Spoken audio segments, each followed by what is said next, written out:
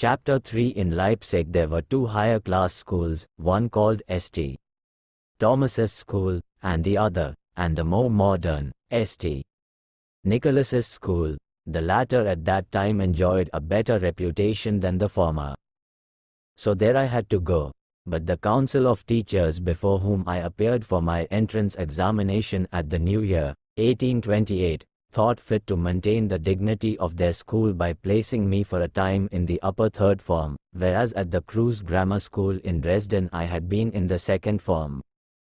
My disgust at having to lay aside my Homer, from which I had already made written translations of 12 songs, and take up the lighter Greek prose writers was indescribable. It hurt my feelings so deeply, and so influenced my behavior, that I never made a friend of any teacher in the school. The unsympathetic treatment I met with made me all the more obstinate, and various other circumstances in my position only added to this feeling. While student life, as I saw it day by day, inspired me ever more and more with its rebellious spirit, I unexpectedly met with another cause for despising the dry monotony of school regime. I refer to the influence of my uncle, Adolf Wagner, which, though he was long unconscious of it, went a long way towards molding the growing stripling that I then was. The fact that my romantic tastes were not based solely on a tendency to superficial amusement was shown by my ardent attachment to this learned relative. In his manner and conversation he was certainly very attractive. The many-sidedness of his knowledge, which embraced not only philology but also philosophy and general poetic literature, rendered intercourse with him a most entertaining pastime, as all those who knew him used to admit. On the other hand, the fact that he was denied the gift of writing with equal charm, or clearness, was a singular defect which seriously lessened his influence upon the literary world, and, in fact, often made him appear ridiculous, as in a written argument he would perpetrate the most pompous and involved sentences. This weakness could not have alarmed me, because in the hazy period of my youth the more incomprehensible any literary extravagance was, the more I admired it. Besides which, I had more experience of his conversation than of his writings. He also seemed to find pleasure in associating with the lad who could listen with so much heart and soul. Yet unfortunately, possibly in the fervor of his discourses, of which he was not a little proud, he forgot that their substance, as well as their form, was far above my youthful powers of comprehension. I called daily to accompany him on his constitutional walk beyond the city gates, and I shrewdly suspect that we often provoked the smiles of those passers-by who overheard the profound and often earnest discussions between us. The subjects generally ranged over everything serious or sublime throughout the whole realm of knowledge. I took the most enthusiastic interest in his copious library, and tasted eagerly of almost all branches of literature, without really grounding myself in any one of them. My uncle was delighted to find in me a very willing listener to his recital of classic tragedies. He had made a translation of Oedipus, and, according to his intimate friend Tieck, justly flattered himself on being an excellent reader. I remember once, when he was sitting at his desk reading out a Greek tragedy to me, it did not annoy him when I fell fast asleep, and he afterwards pretended he had not noticed it. I was also induced to spend my evenings with him, owing to the friendly and genial hospitality his wife showed me. A very great change had come over my uncle's life since my first acquaintance with him at Jeanette Thomae's. The home which he, together with his sister Friederike, had found in his friend's house seemed, as time went on, to have brought in its train duties that were irksome. As his literary work assured him a modest income, he eventually deemed it more in accordance with his dignity to make a home of his own. A friend of his, of the same age as himself, the sister of the Aesthete of Leipzig, who afterwards became famous, was chosen by him to keep house for him. Without saying a word to Jeanette, instead of going for his usual afternoon walk he went to the church with his chosen bride, and got through the marriage ceremonies as quickly as possible. and it was only on his return that he informed us he was leaving, and would have his things removed that very day. He managed to meet the consternation, perhaps also the reproaches, of his elderly friend with quiet composure, and to the end of his life he continued his regular daily visits to Mamselle Tome, who at times would coyly pretend to sulk. It was only poor Friederike who seemed obliged at times to atone for her brother's sudden unfaithfulness. What attracted me in my uncle most strongly was his blunt contempt of the modern pedantry in state, church, and school, to which he gave vent with some humor. Despite the great moderation of his usual views on life, he yet produced on me the effect of a thorough freethinker. I was highly delighted by his contempt for the pedantry of the schools. Once, when I had come into serious conflict with all the teachers of the Nikolai school, and the rector of the school had approached my uncle, as the only male representative of my family, with a serious complaint about my behavior, my uncle asked me during a stroll round the town, with a calm smile as though he was speaking to one of his own age, what I had been up to with the people at school. I explained the whole affair to him, and described the punishment to which I had been subjected, and which seemed to me unjust. He pacified me, and exhorted me to be patient, telling me to comfort myself with the Spanish proverb, "Un rey no puede morir," which he explained as meaning that the ruler of a school must of necessity always be in the right. He could not, of course, help noticing, to his alarm, the effect upon me of this kind of conversation, which I was far too young to appreciate.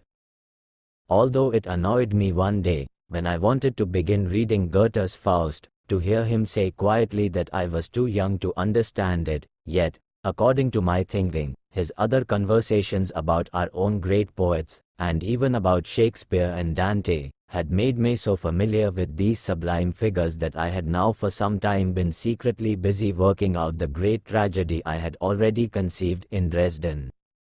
Since my trouble at school I had devoted all my energies, which ought by rights to have been exclusively directed to my school duties, to the accomplishment of this task. In this secret work I had only one confidant, my sister Otley, who now lived with me at my mother's. I can remember the misgivings and alarm which the first confidential communication of my great poetic enterprise aroused in my good sister. Yet she affectionately suffered the tortures I sometimes inflicted on her by reciting to her in secret, but not without emotion, portions of my work as it progressed. Once, when I was reciting to her one of the most gruesome scenes, a heavy thunderstorm came on. When the lightning flashed quite close to us, and the thunder rolled, my sister felt bound to implore me to stop, but she soon found it was hopeless, and continued to endure it with touching devotion. But a more significant storm was brewing on the horizon of my life. My neglect of school reached such a point that it could not but lead to a rupture. Whilst my dear mother had no presentiment of this, I awaited the catastrophe with longing rather than with fear. In order to meet this crisis with dignity, I at length decided to surprise my family by disclosing to them the secret of my tragedy, which was now completed. They were to be informed of this great event by my uncle. I thought I could rely upon his hearty recognition of my vocation as a great poet on account of the deep harmony between us on all other questions of life, science, and art. I therefore sent him my voluminous manuscript, with a long letter which I thought would please him immensely. In this I communicated to him first my ideas with regard to the St. Nicholas's school, and then my firm determination from that time forward not to allow any mere school pedantry to check my free development. But the event turned out very different from what I had expected. It was a great shock to them. My uncle, quite conscious that he had been indiscreet, paid a visit to my mother and brother-in-law, in order to report the misfortune that had befallen the family, reproaching himself for the fact that his influence over me had not always, perhaps, been for my good. To me he wrote a serious letter of discouragement, and to this day I cannot understand why he showed so small a sense of humor in understanding my bad behavior. To my surprise, he merely said that he reproached himself for having corrupted me by conversations unsuited to my ears, but he made no attempt to explain to me good-naturedly the error of my ways. The crime this boy of 15 had committed was, as I said before, to have written a great tragedy, entitled Lubald and Adelaide. The manuscript of this drama has unfortunately been lost, but I can still see it clearly in my mind's eye. The handwriting was most affected, and the backward sloping tall letters with which I had aimed at giving it an air of distinction had already been compared by one of my teachers to Persian hieroglyphics. In this composition I had constructed a drama in which I had drawn largely upon Shakespeare's Hamlet, King Lear, and Macbeth, and Goethe's Gotts van Berlichingen. The plot was really based on a modification of Hamlet, the difference consisting in the fact that my hero is so completely carried away by the appearance of the ghost of his father, who has been murdered under similar circumstances, and demands vengeance, that he is driven to fearful deeds of violence. And, with a series of murders on his conscience, he eventually goes mad. Lubald, whose character is a mixture of Hamlet and Harry Hotspur, had promised his father's ghost to wipe from the face of the earth the whole race of Roderick, as the ruthless murderer of the best of fathers was named. After having slain Roderick himself in mortal combat, and subsequently all his sons and other relations who supported him, there was only one obstacle that prevented Lubald from fulfilling the dearest wish of his heart, which was to be united in death with the shade of his father. A child of Roderick's was still alive. During the storming of his castle, the murderer's daughter had been carried away into safety by a faithful suitor, whom she, however, detested. I had an irresistible impulse to call this maiden Adelaide. As even at that early age I was a great enthusiast for everything really German, I can only account for the obviously un-German name of my heroine by my infatuation for Beethoven's Adelaide, whose tender refrain seemed to me the symbol of all loving appeals. The course of my drama was now characterized by the strange delays which took place in the accomplishment of this last murder of vengeance, the chief obstacle to which lay in the sudden passionate love which arose between Lubald and Adelaide. I succeeded in representing the birth and avowal of this love by means of extraordinary adventures. Adelaide was once more stolen away by a robber knight from the lover who had been sheltering her. After Lubald had thereupon sacrificed the lover and all his relations, he hastened to the robber's castle, driven thither less by a thirst for blood than by a longing for death. For this reason he regrets his inability to storm the robber's castle forthwith, because it is well defended, and, moreover, night is fast falling. He is therefore obliged to pitch his tent. After raving for a while he sinks down for the first time exhausted, but being urged, like his prototype Hamlet, by the spirit of his father to complete his vow of vengeance, he himself suddenly falls into the power of the enemy during a night assault. In the subterranean dungeons of the castle he meets Roderick's daughter for the first time. She is a prisoner like himself, and is craftily devising flight. Under circumstances in which she produces on him the impression of a heavenly vision, she makes her appearance before him. They fall in love, and fly together into the wilderness, where they realize that they are deadly enemies. The incipient insanity which was already noticeable in Lubald breaks out more violently after this discovery, and everything that can be done to intensify it is contributed by the ghost of his father, which continually comes between the advances of the lovers. But this ghost is not the only disturber of the conciliating love of Lubald and Adelaide. The ghost of Roderick also appears, and according to the method followed by Shakespeare in Richard E. he is joined by the ghosts of all the other members of Adelaide's family whom Lubald has slain. From the incessant importunities of these ghosts Lubald seeks to free himself by means of sorcery, and calls to his aid a rascal named Flaming. One of Macbeth's witches is summoned to lay the ghosts. As she is unable to do this efficiently, the furious Lubald sends her also to the devil. but with her dying breath she dispatches the whole crowd of spirits who serve her to join the ghosts of those already pursuing him. Lubald, tormented beyond endurance, and now at last raving mad, turns against his beloved, who is the apparent cause of all his misery. He stabs her in his fury. Then finding himself suddenly at peace, he sinks his head into her lap, and accepts her last caresses as her life-blood streams over his own dying body. I had not omitted the smallest detail that could give this plot its proper coloring, and had drawn on all my knowledge of the tales of the old knights, and my acquaintance with Lear and Macbeth, to furnish my drama with the most vivid situations. But one of the chief characteristics of its poetical form I took from the pathetic, humorous, and powerful language of Shakespeare. The boldness of my grandiloquent and bombastic expressions roused my uncle Adolphe's alarm and astonishment.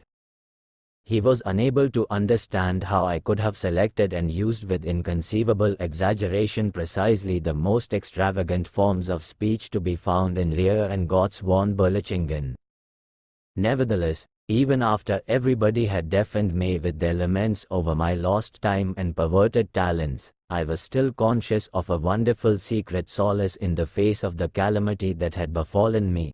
I knew, a fact that no one else could know, namely, that my work could only be rightly judged when set to the music which I had resolved to write for it, and which I intended to start composing immediately.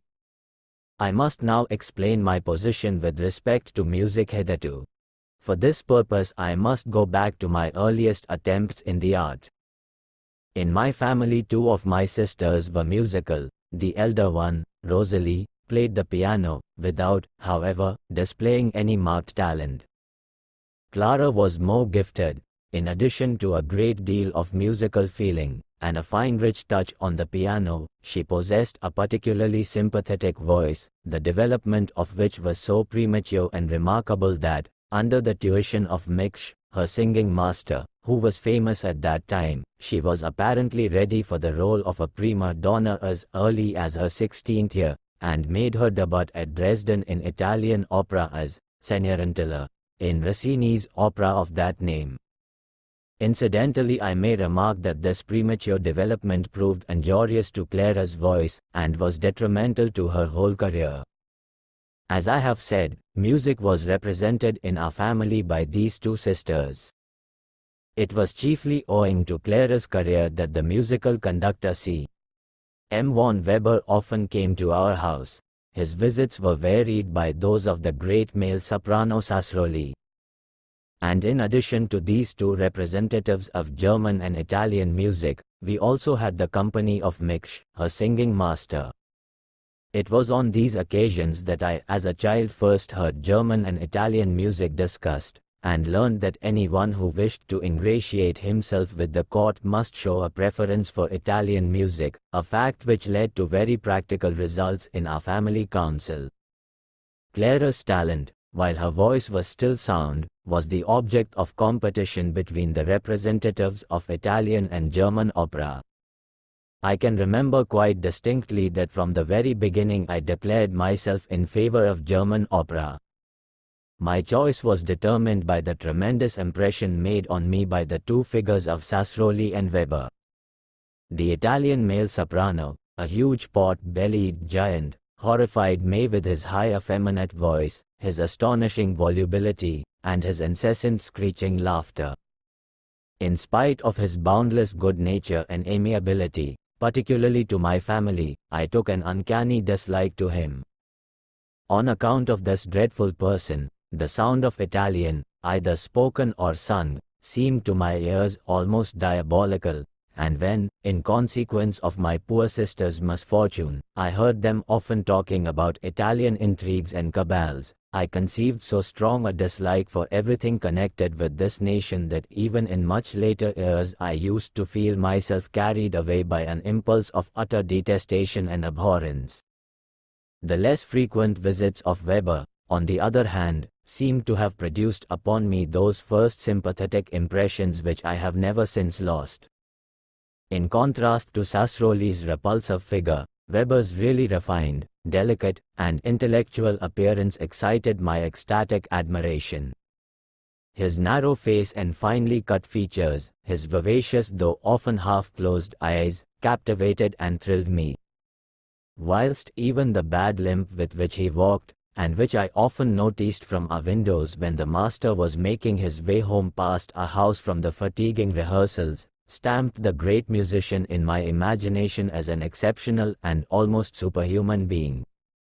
When, as a boy of 9, my mother introduced me to him, and he asked me what I was going to be, whether I wanted perhaps to be a musician, my mother told him that, though I was indeed quite mad on Freischütz, yet she had as yet seen nothing in me which indicated any musical talent.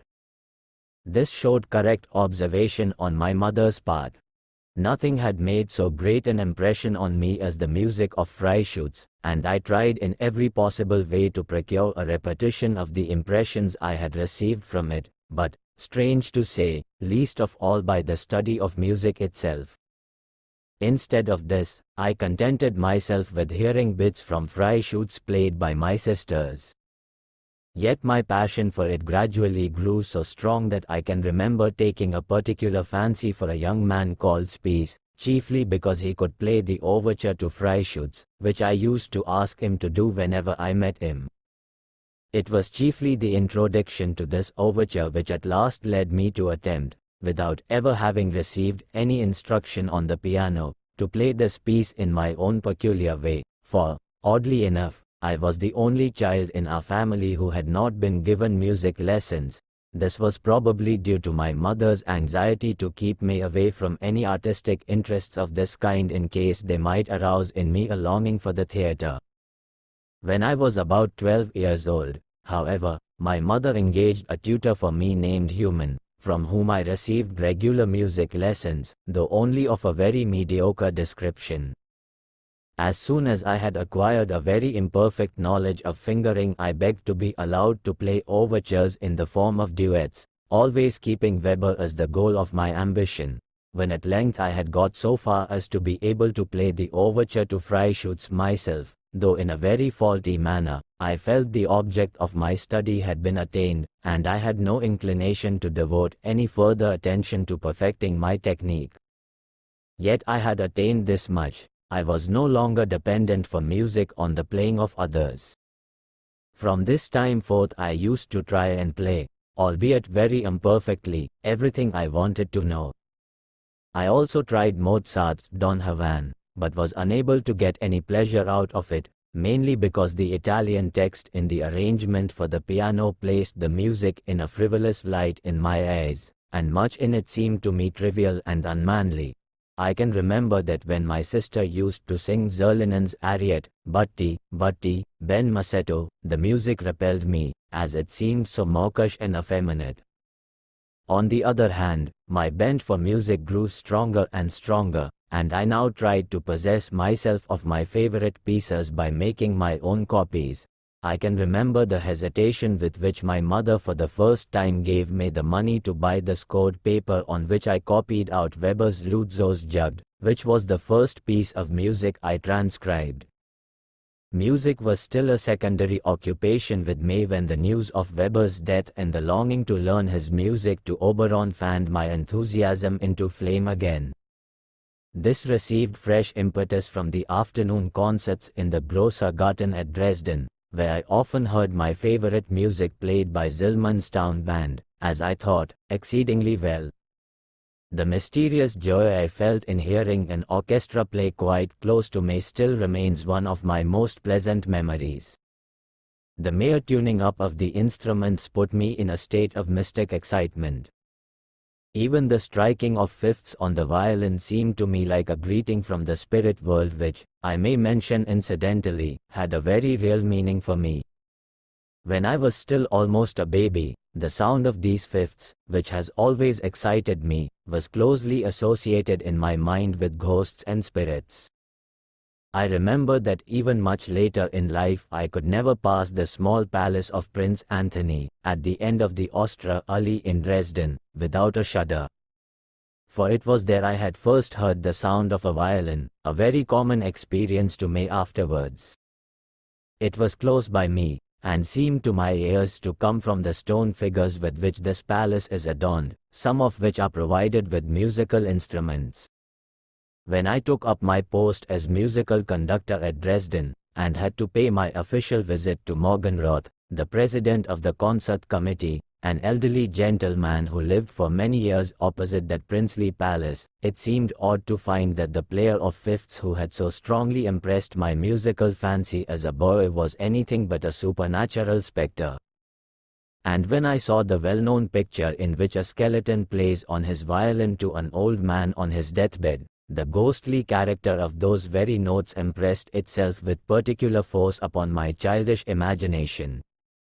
When at last, as a young man, I used to listen to the Zillmann Orchestra in the Grosser Garten almost every afternoon, one may imagine the rapturous thrill with which I drew in all the chaotic variety of sound that I heard as the orchestra tuned up. The long-drawn A of the oboe, which seemed like a call from the dead to rouse the other instruments, never failed to raise all my nerves to a feverish pitch of tension, and when the swelling C in the overture to Freischütz told me that I had stepped, as it were with both feet, right into the magic realm of awe, anyone who had been watching me at that moment could hardly have failed to see the state I was in, and this in spite of the fact that I was such a bad performer on the piano. Another work also exercised a great fascination over me, namely, the overture to Fidelio in A major, the introduction to which affected me deeply. I asked my sisters about Beethoven, and learned that the news of his death had just arrived.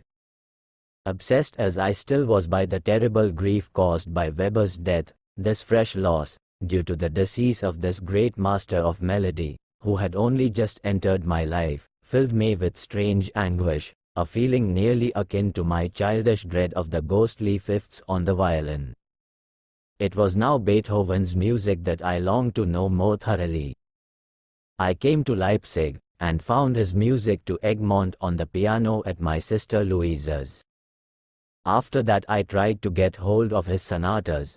At last, at a concert at the Gewandhaus, I heard one of the master's symphonies for the first time. It was the symphony in A major. The effect on me was indescribable. To this must be added the impression produced on me by Beethoven's features, which I saw in the lithographs that were circulated everywhere at that time, and by the fact that he was deaf, and lived a quiet secluded life. I soon conceived an image of him in my mind as a sublime and unique supernatural being, with whom none could compare. This image was associated in my brain with that of Shakespeare. In ecstatic dreams I met both of them, saw and spoke to them, and on awakening found myself bathed in tears. It was at this time that I came across Mozart's Requiem, which formed the starting point of my enthusiastic absorption in the works of that master. His second finale to Don Juan inspired me to include him in my spirit world. I was now filled with a desire to compose, as I had before been to write verse. I had, however, in this case to master the technique of an entirely separate and complicated subject. This presented greater difficulties than I had met with in writing verse, which came to me fairly easily. It was these difficulties that drove me to adopt a career which bore some resemblance to that of a professional musician, whose future distinction would be to win the titles of conductor and writer of opera. I now wanted to set Lubold and Adelaide to music, similar to that which Beethoven wrote to Goethe's Egmont. The various ghosts from the spirit world, who were each to display different characteristics, were to borrow their own distinctive coloring from appropriate musical accompaniment. In order to acquire the necessary technique of composition quickly, I studied Logier's Méthode des General Basses, a work which was specially recommended to me at a musical lending library as a suitable textbook from which this art might be easily mastered. I have distinct recollections that the financial difficulties with which I was continually harassed throughout my life began at this time. I borrowed Logier's book on the weekly payment system, in the fond hope of having to pay for it only during a few weeks out of the savings of my weekly pocket money. But the weeks ran on into months, and I was still unable to compose as well as I wished. Mr. Frederick Wieck, whose daughter afterwards married Robert Schumann, was at that time the proprietor of that lending library. He kept sending me troublesome reminders of the debt I owed him, and when my bill had almost reached the price of Loggia's book, I had to make a clean breast of the matter to my family, who thus not only learnt of my financial difficulties in general, but also of my latest transgression into the domain of music, from which, of course, at the very most, they expected nothing better than a repetition of Lubald and Adelaide. There was great consternation at home.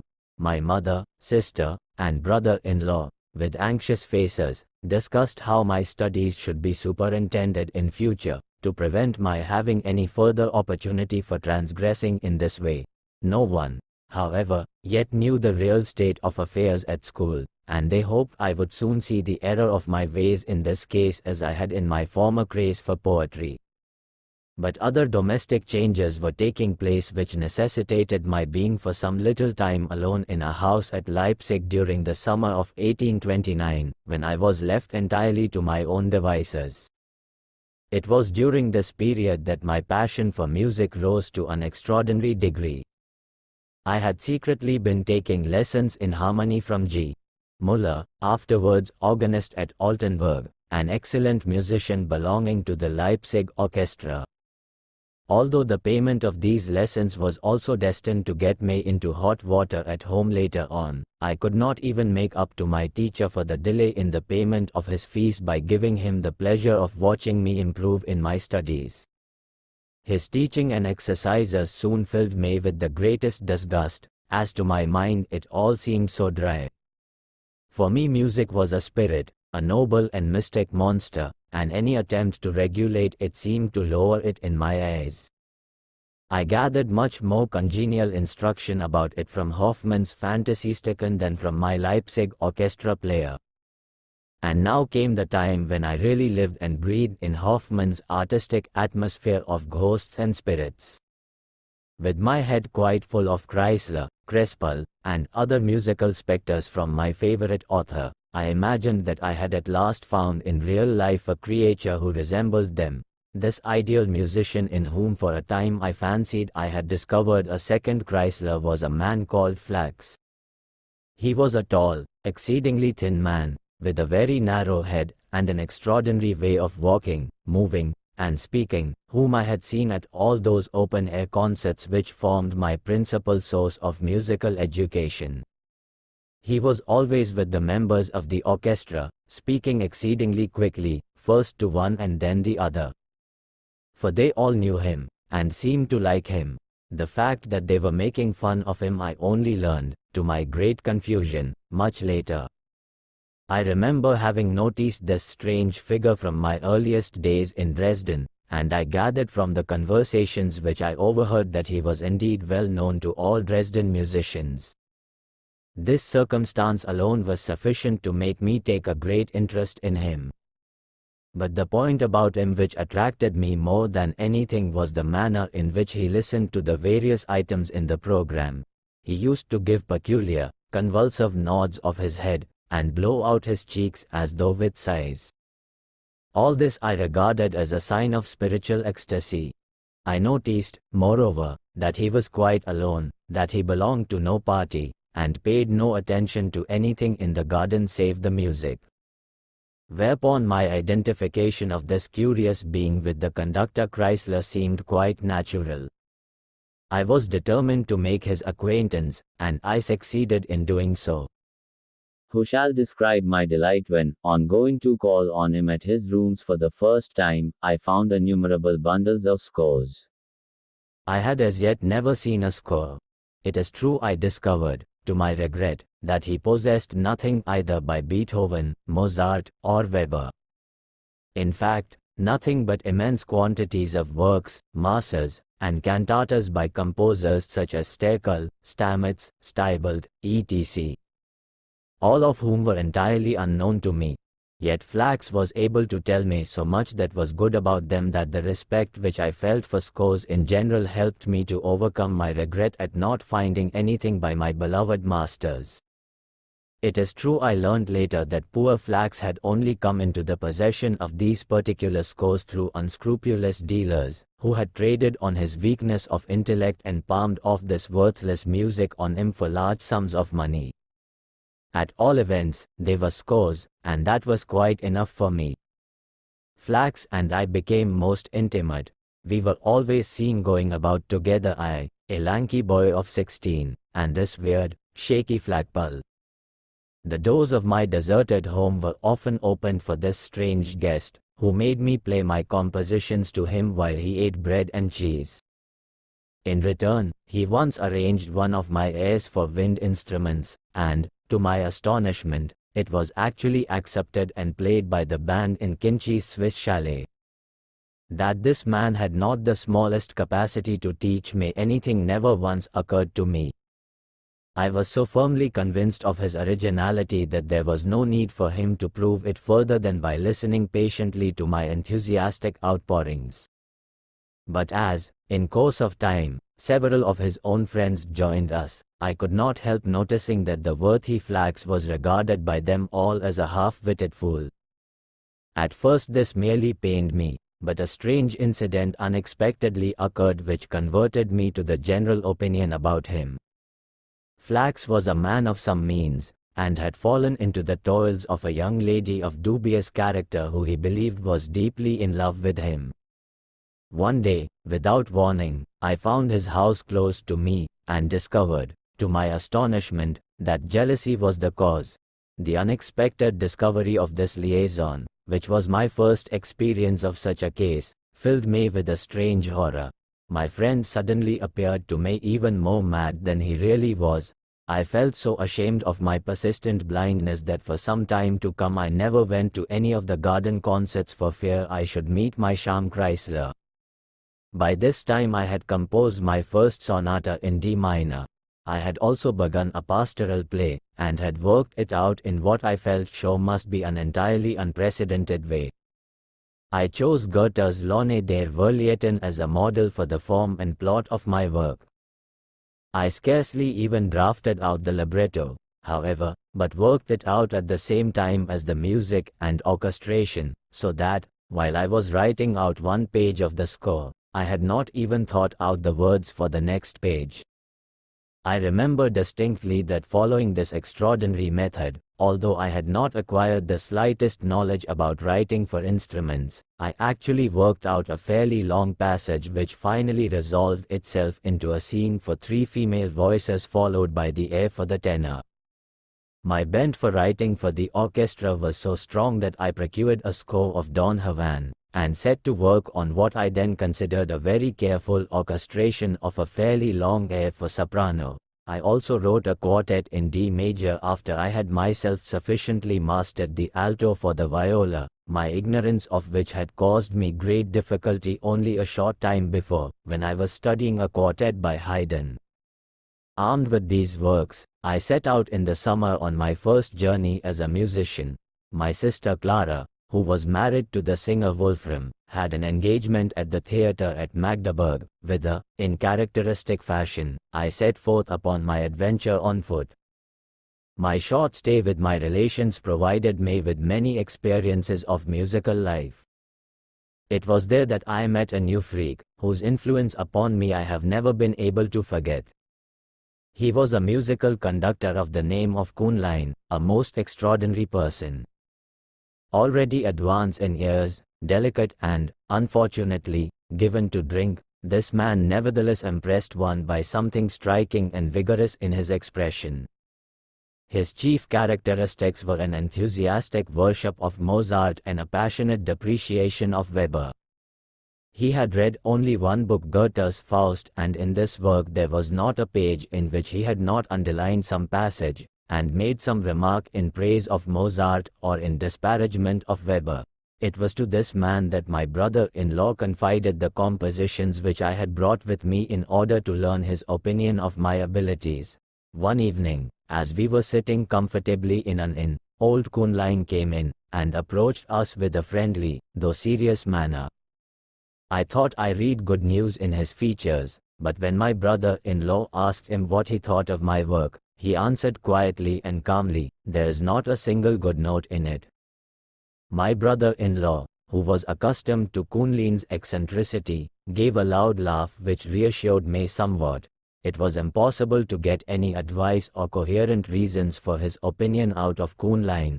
He merely renewed his abuse of Weber and made some references to Mozart which, nevertheless, made a deep impression upon me, as Kunlin's language was always very heated and emphatic.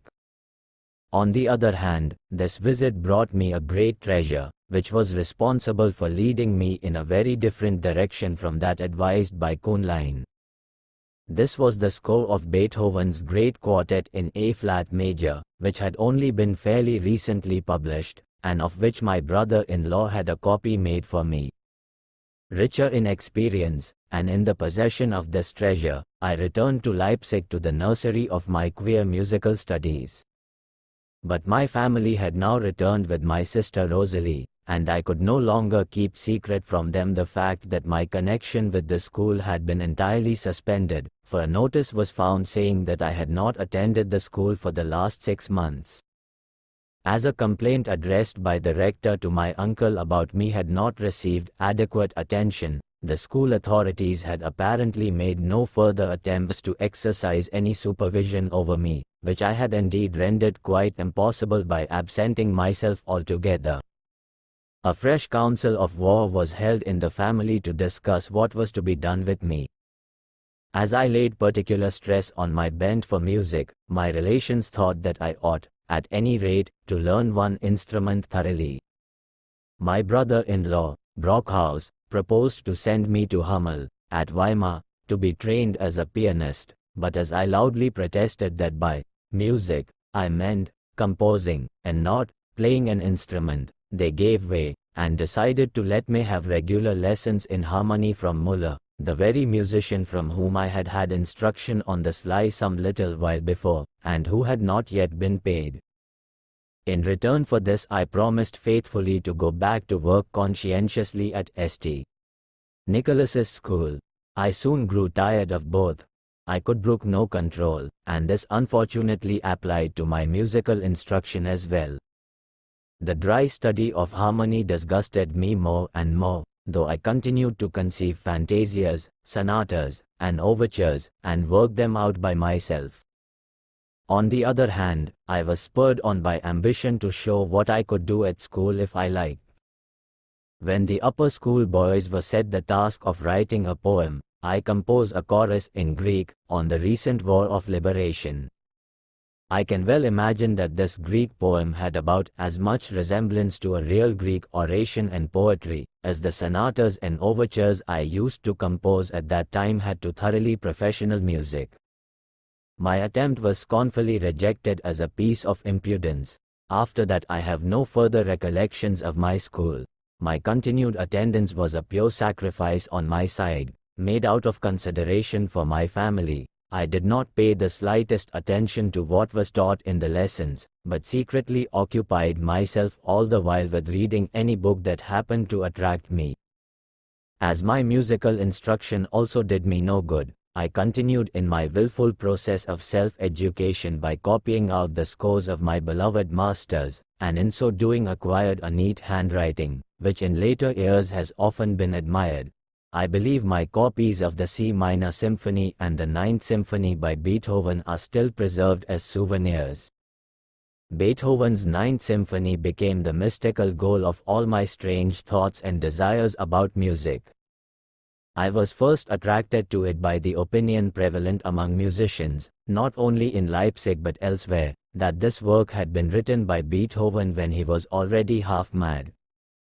It was considered the non plus ultra of all that was fantastic and incomprehensible, and this was quite enough to rouse in me a passionate desire to study this mysterious work.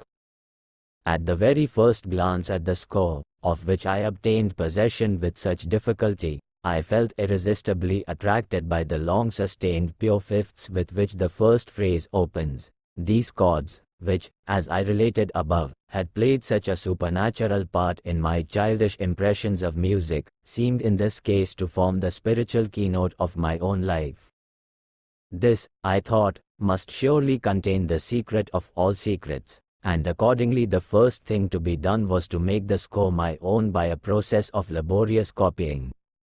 I well remember that on one occasion the sudden appearance of the dawn made such an uncanny impression on my excited nerves that I jumped into bed with a scream as though I had seen a ghost. The symphony at that time had not yet been arranged for the piano. It had found so little favor that the publisher did not feel inclined to run the risk of producing it. I set to work at it, and actually composed a complete piano solo, which I tried to play to myself. I sent my work to Schott, the publisher of the score, at Mainz. I received in reply a letter saying that the publishers had not yet decided to issue the Ninth Symphony for the piano, but that they would gladly keep my laborious work, and offered me remuneration in the shape of the score of the great Missa Solemnis in D, which I accepted with great pleasure.